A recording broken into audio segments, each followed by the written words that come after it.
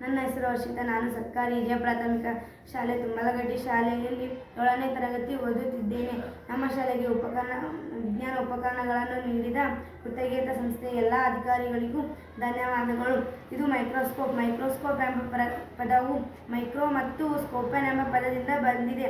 ಬರಿಗಣ್ಣಿಗೆ ಕಾಣಿಸದಂತಹ ಹಲವು ಸೂಕ್ಷ್ಮ ಜೀವಿಗಳನ್ನು ಇದು ನಮಗೆ ತೋರಿಸುತ್ತದೆ. ಈಗಿನ ಮೈಕ್ರೋಸ್ಕೋಪ್ಗಳಲ್ಲಿ ಪ್ರಮುಖವಾದದ್ದು ಆಪ್ಟಿಕಲ್, ಎಲೆಕ್ಟ್ರಾನಿಕ್ ಮತ್ತು ಡಿಜಿಟಲ್ ಮೈಕ್ರೋಸ್ಕೋಪ್ಗಳು. ಇವು ನಮ್ಮ ಜೀವಕೋಶಗಳಲ್ಲಿರುವ ಸೂಕ್ಷ್ಮ ಜೀವಿಗಳು, ವೈರಸ್ಗಳು ಮತ್ತು ಕ್ರಿಮಿನಾಶಕಗಳನ್ನು ತೋರಿಸುತ್ತದೆ. ಆಪ್ಟಿಕಲ್ ಮೈಕ್ರೋಸ್ಕೋಪ್ಗಳಲ್ಲಿರುವ ಲೆನ್ಸ್ಗಳು ಬೆಳಕಿನ ಕಿರಣಗಳನ್ನು ವಿಸ್ತಾರವಾಗಿಸುತ್ತವೆ.